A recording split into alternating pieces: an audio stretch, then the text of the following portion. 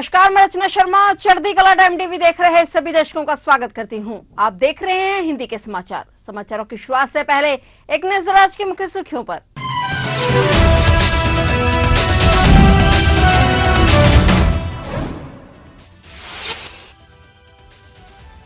पूर्व प्रधानमंत्री अटल बिहारी वाजपेयी की आज पुण्यतिथि। राष्ट्रपति पीएम मोदी सहित तमाम नेताओं ने दी श्रद्धांजलि। एनडीए के कई नेता रहे मौजूद।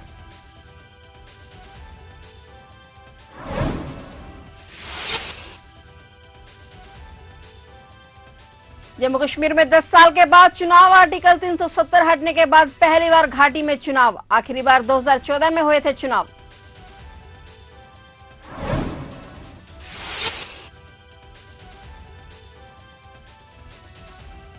Kolkata doctor rape murder case. NMCH में इमरजेंसी सेवाएं ठप। अनिश्चितकालीन हड़ताल पर गए डॉक्टर।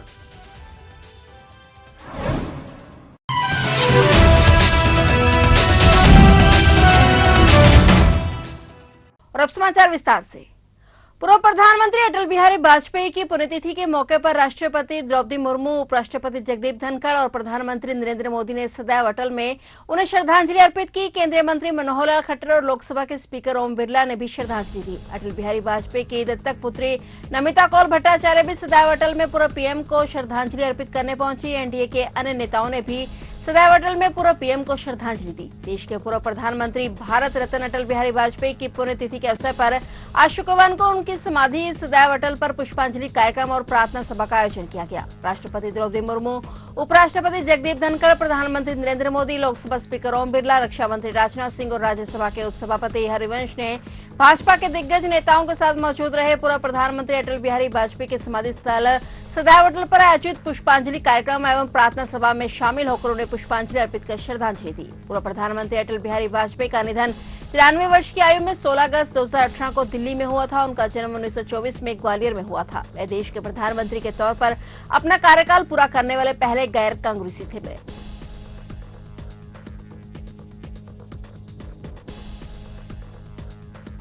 भारतीय अंतरिक्ष अनुसंधान संगठन ने श्रीहरिकोटा स्थित सतीश धवन स्पेस सेंटर में स्मॉल सैटेलाइट लॉन्च व्हीकल का अंतिम रॉकेट लॉन्च किया। यह रॉकेट सुबह 9:19 पर प्रक्षेपित किया गया है। SSLV की यह तीसरी और आखिरी डेवलपमेंटल फ्लाइट है, जिसके सफलतापूर्वक लॉन्च होने के बाद यह रॉकेट पूरी तरह से तैयार माना जाएगा और इसके माध्यम से इसके छोटे सैटेलाइट को कम लागत में अंतरिक्ष में भेज सकेगा। इस बार SSLV अपने साथ EOS-08 सैटेलाइट भी लेकर गया है। EOS-08 सैटेलाइट का मुख्य उद्देश्य धरती की तस्वीरें लेना और मौसम की जानकारी प्रदान करना है। यह सैटेलाइट 24 घंटे धरती की तस्वीरें खींचेगा, जो आपदा प्रबंधन, पर्यावरण निगरानी और सुरक्षा में सहायक होगी। यह समुद्र की सतह, मिट्टी की नमी और हिमालय के ग्लेशियरों की जानकारी देगा और बाढ़ की चेतावनी में भी सहायता करेगा। आखिर में समय आ ही गया जब जम्मू कश्मीर में 10 साल के बाद विधानसभा चुनाव की तैयारियां शुरू हो गई हैं। गौरतलब है कि 5 अगस्त 2019 में आर्टिकल 370 हटाए जाने के बाद से घाटी में चुनाव नहीं हो रहे थे, लेकिन सुप्रीम कोर्ट ने चुनाव आयोग को 30 सितंबर से पहले घाटी में चुनाव कराने का आदेश दिया था। आयोग ने भी तय समय सीमा के अंदर चुनाव कराने का फैसला किया है। हाल ही में आयोग ने चुनाव संबंधी तैयारियों का जायजा लेने जम्मू कश्मीर और हरियाणा का दौरा किया था और आखिरी बार 2014 में जम्मू कश्मीर में विधानसभा चुनाव हुए थे। इसमें किसी भी पार्टी को बहुमत नहीं मिल पाई थी। भाजपा ने महबूबा मुफ्ती की पीपल्स डेमोक्रेटिक पार्टी के साथ अलायंस कर सरकार बनाई थी, लेकिन जून 2018 में भाजपा ने अपना समर्थन वापस ले लिया था, जिससे सरकार गिर गई थी। तब से वहां कोई सरकार निर्वाचित नहीं है। 2019 में भाजपा ने केंद्र की सरकार ने पिछले 70 सालों में चल रहे आर्टिकल 370 का एब्रोगेट किया था। कोलकाता में रेजिडेंट महिला डॉक्टर के साथ सामूहिक दुष्कर्म और हत्या के बाद डॉक्टर के साथ मारपीट की घटना को लेकर नालंदा मेडिकल अस्पताल के डॉक्टरों ने आपातकालीन सेवा अनिश्चितकाल के लिए ठप कर दी है। एनएमसीएच के अस्पताल के डॉक्टरों ने आपातकाल सेवा के गेट पर ताला जड़ दिया है। उन्होंने इस बात का ऐलान कर दिया है कि कोलकाता में डॉक्टर के साथ दुष्कर्म और उसकी हत्या पर जब तक कार्रवाई नहीं की जाती, तब तक एनएमसीएच के डॉक्टर अनिश्चितकालीन हड़ताल पर रहेंगे। हड़ताल कर रहे डॉक्टरों का यह मानना है कि कोलकाता के आर्जिकर कॉलेज की घटना पर केंद्र सरकार जब तक संज्ञान नहीं लेती है, तब तक उनका विरोध प्रदर्शन जारी रहेगा। इसे लेकर नालंदा मेडिकल कॉलेज के छात्र छात्राओं ने आपातकालीन सेवा के आगे जमकर प्रदर्शन किया। प्रदर्शन कर रही मेडिकल की छात्र छात्राएं सरकार से डॉक्टर्स की सुरक्षा की मांग कर रही हैं। प्रदर्शन कर रहे छात्रों ने कहा कि गुरुवार 15 अगस्त से सभी इमरजेंसी सेवाओं को अनिश्चितकाल के लिए पूरी तरह से ठप कर दिया गया है। पीएम नरेंद्र मोदी ने पेरिस ओलंपिक से लौटे भारतीय खिलाड़ियों से प्रधानमंत्री आवास पर मुलाकात की। पीएम मोदी ने खुद एक वीडियो शेयर किया जिसमें यह खिलाड़ियों के साथ खट्टे मीठे संवाद करते नजर आए हैं। पीएम मोदी ने न केवल खिलाड़ियों का मनोबल बढ़ाया बल्कि खिलाड़ियों के अनुभवों को भी सुना। इस दौरान पीएम मोदी ने खिलाड़ियों से एक ऐसा सवाल पूछा कि कतार में आगे बैठी मनु भाकर भी चुपचाप मुस्कुराने लगी। प्रधानमंत्री ने सबसे पहले खिलाड़ियों से पूछा कि आप में से कितने हैं जो हार कर आए हैं। इस पर पेरिस ओलंपिक में हारे हुए भारतीय खिलाड़ियों ने हाथ ऊपर उठा लिया और इस पर पीएम मोदी ने कहा कि सबसे पहले तो दिमाग से यह हटा दीजिए कि आप हार गए हैं। आप देश का झंडा ऊंचा करके आए हैं और आप कुछ सीख कर आए हैं। खेल ये ऐसा क्षेत्र है जहां कोई हारता नहीं, हर कोई जीतता है, इसलिए मैंने जानबूझकर कहा कि हाथ ऊपर करो। पीएम मोदी ने खिलाड़ियों को खेल का मूल मंत्र दिया। पेरिस ओलंपिक्स भारतीय स्पोर्ट्स की इस उड़ान के लिए एक लॉन्च पैड साबित होने वाला है। ये टर्निंग पॉइंट है हमारा। उसके बाद विजय ही विजय है दोस्तों, हम रुकने वाले नहीं है। साथियों, आज भारत अपने यहाँ world class sports ecosystem develop करने की प्राथमिकता दे रहा है। ग्रासरूट से आने वाले खिलाड़ियों को उनको तराशना ये बहुत जरूरी है। हमने गांव-गांव, शहर-शहर से युवा प्रतिभाओं को आगे बढ़ाने के लिए खेलो इंडिया मुहिम शुरू की और मुझे खुशी है कि खेलो इंडिया से निकले 28 खिलाड़ी इस ओलंपिक समूह का हिस्सा बने हैं।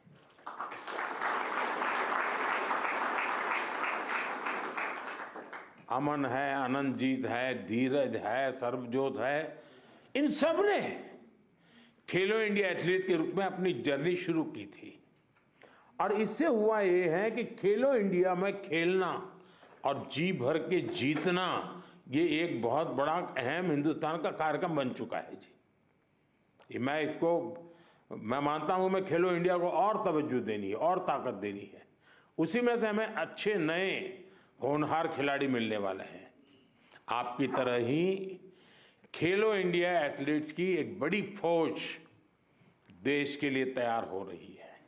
हरियाणा के मुख्यमंत्री नायब सिंह सैनी ने किसानों को बड़ी खुशखबरी दी है। सीएम सैनी ने किसानों के खाते में पहली किस्त की जारी कर दी है। उन्होंने 525 करोड़ रुपए की पहली किस्त जारी की है। वहीं उन्होंने बताया कि जो दूध विक्रेता घर घर जाकर दूध देते हैं उन्हें दयालु योजना के अंदर लाया जाएगा। सीएम सैनी ने जानकारी देते हुए बताया कि 5,20,000 किसानों के खाते में पहली किस्त जारी की गई है। प्रक्रिया शुरू हो चुकी है और धीरे धीरे सभी किसानों के खातों में पैसा पहुंच जाएगा ताकि उनके खर्चे को कम किया जा सके। जितने भी किसानों ने सरकार के पोर्टल पर रजिस्ट्रेशन कराया है उनको 2,000 प्रति एकड़ के हिसाब से पैसा दिया जा रहा है।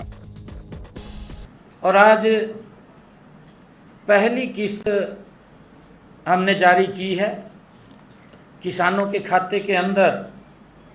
हरियाणा प्रदेश के ऐसे 5,20,000 किसानों के खाते में आज जो ये पहली किस्त यहाँ से जारी की है ये 525 करोड़ रुपए की किस्त आज जारी की है। इसकी प्रक्रिया वो शुरू कर दी है। धीरे धीरे करके 1-2 दिन में ये सारा पैसा किसानों के खाते में ये पहुंच जाएगा ताकि उनके खर्चे को कम किया जा सके। ये हमारी कैबिनेट ने, सरकार ने ये फैसला लिया था। आज इसकी पहली किस्त हमने वो जारी की है। जितने भी रजिस्ट्रेशन वो हमारी पोर्टल के ऊपर होंगे, वेबसाइट के ऊपर होंगे, किसानों के उन सब के खाते में ये 2,000 रुपये प्रति एकड़ से के हिसाब से पहुंचाने का काम हमारी सरकार वो करेगी ताकि किसानों के उस खर्चे को कम किया जा सके इस कम बरसात के कारण। झारखंड में बीते कुछ दिनों से भारी बारिश देखी जा रही है और इसी बारिश ने राहत के साथ साथ कई लोगों की जान भी ले ली है। ताजा मामला झारखंड के सिमडेगा जिले से आया है जहां 3 हॉकी के खिलाड़ियों की मौत हो गई है जबकि 5 घायल हो गए हैं। घटना की सूचना पाकर मौके पर पहुंची पुलिस ने मृतकों के शवों को पोस्टमार्टम के लिए भेज दिया है। वहीं पुलिस मामले की जांच में जुट गई है। मामला जिले के कोलेबिरा थाना क्षेत्र का है। बताया जा रहा है कि सभी खिलाड़ी हॉकी प्रतियोगिता में शामिल होने के लिए जा रहे थे और इसी दौरान अचानक तेज बारिश हुई और बिजली गरजने लगी और बारिश से बचने के लिए सभी एक पेड़ के नीचे खड़े हो गए और तभी पेड़ पर आसमान से ठनका गिरा, जिससे मौके पर ही 3 खिलाड़ियों की मौत हो गई, जबकि 5 खिलाड़ी बुरी तरह झुलस गए। बता दें कि झारखंड में इस साल मई से लेकर अब तक वज्रपात की अलग अलग घटनाओं में 60 से ज्यादा लोगों की जान चली गई है। बारिश के साथ ही आसमानी बिजलियों के कहर का यह सिलसिला झारखंड के लिए बड़ी आपदा बन गया है। आम आदमी पार्टी के प्रमुख और दिल्ली के मुख्यमंत्री अरविंद केजरीवाल का 16 अगस्त को जन्मदिन है। तिहाड़ जेल में बंद अरविंद केजरीवाल आज 56 साल के हो गए हैं। इस मौके पर आप नेता मनीष सिसोदिया ने सोशल मीडिया साइट एक्स पर पोस्ट कर सीएम केजरीवाल को शुभकामनाएं दी हैं। उन्होंने कहा कि अरविंद केजरीवाल के रूप में आज देश का लोकतंत्र जेल में कैद है। मनीष सिसोदिया ने कहा कि देश में चल रही तानाशाही के खिलाफ सबसे कठिन लड़ाई लड़ने वाले दिल्ली के मुख्यमंत्री मेरे प्रिय मित्र और राजनीतिक गुरु अरविंद केजरीवाल को जन्मदिन की बहुत बहुत शुभकामनाएं। सिसोदिया ने कहा कि हमें गर्व है कि हमें एक ऐसे देशभक्त और क्रांतिकारी नेता के सिपाही हैं जिसने तानाशाही के सामने घुटने टेकने की बजाय जेल जाना चुना है। उन्होंने कहा कि अरविंद केजरीवाल के रूप में आज देश का लोकतंत्र जेल में कैद है। बता दें कि अरविंद केजरीवाल पिछले साल 16 अगस्त को अपने जन्मदिन पर अपने पुराने दोस्त मनीष सिसोदिया को याद कर रहे थे और उन्हें मनीष सिसोदिया की कमी खल रही थी। वहीं इस साल जन्मदिन पर अरविंद केजरीवाल जेल में बंद है तो मनीष सिसोदिया जेल के बाहर है। बाहुबली नेता पूर्व विधायक अनंत सिंह को बड़ी राहत मिली है। अनंत सिंह को पटना हाईकोर्ट ने बड़ी राहत देते हुए AK-47 मामले में बरी कर दिया है। वहीं हाईकोर्ट से राहत मिलने के बाद नेता को आज जेल से रिहा किया गया है। जानकारी के अनुसार अनंत सिंह को पटना हाईकोर्ट ने सबूतों के अभाव में बरी किया है। जेल से बाहर निकलने के बाद मीडिया से बात करते हुए उन्होंने कहा कि हमें न्याय मिला और जेल से बाहर आकर बढ़िया लग रहा है। इस दौरान विधायक अनंत सिंह ने समर्थकों के में खुशी देखी और जेल से छूटने के बाद अनंत सिंह सीधा अपने पैतृक आवास अपने गांव लदमा की ओर प्रस्थान किया। गांव पहुंचने पर इनका जोरदार स्वागत किया गया। अनंत सिंह अपने गांव में अपने परिवार और समर्थकों से मुलाकात करने पर। फिलहाल हिंदी के समाचारों में इतना ही और नए समाचारों के साथ फिर से हाजिर होंगे। तब तक के लिए देखते रहिए चढ़ती कला टाइम टीवी।